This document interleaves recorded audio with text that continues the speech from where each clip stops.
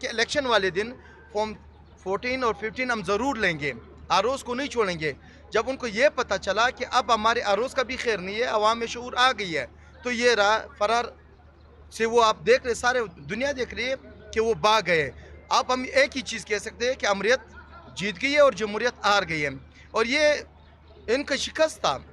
یہ ایک اس لیے نہیں کروانا چاہتے، یہ جو جمہوری عمل تھا اس میں ان کو فائدہ ہی نہیں تھا، اور یہ لوٹ مار کا سبب بن رہا ہے۔ یہاں پہ کونسلران ہیں جو منتخب ہو کے کونسلران ہیں، جو یہاں پہ صبح سے اس بات کی انتظار کر رہے تھے بلوچستان ہائی کورٹ میں، ہم اسی دلیل کے ساتھ، ہم اسی قانون کے ساتھ ہم کھڑے تھے کہ الیکشن کو کسی بھی صورت میں پوسٹ پون نہیں ہونا چاہیے تھا، الیکشن کو ہونا چاہیے تھا۔ سرکار کی علالت کے باعث اور سرکاری حکومتی جماعتوں کو رائے فرار کا ایک راستہ دیا گیا ہے۔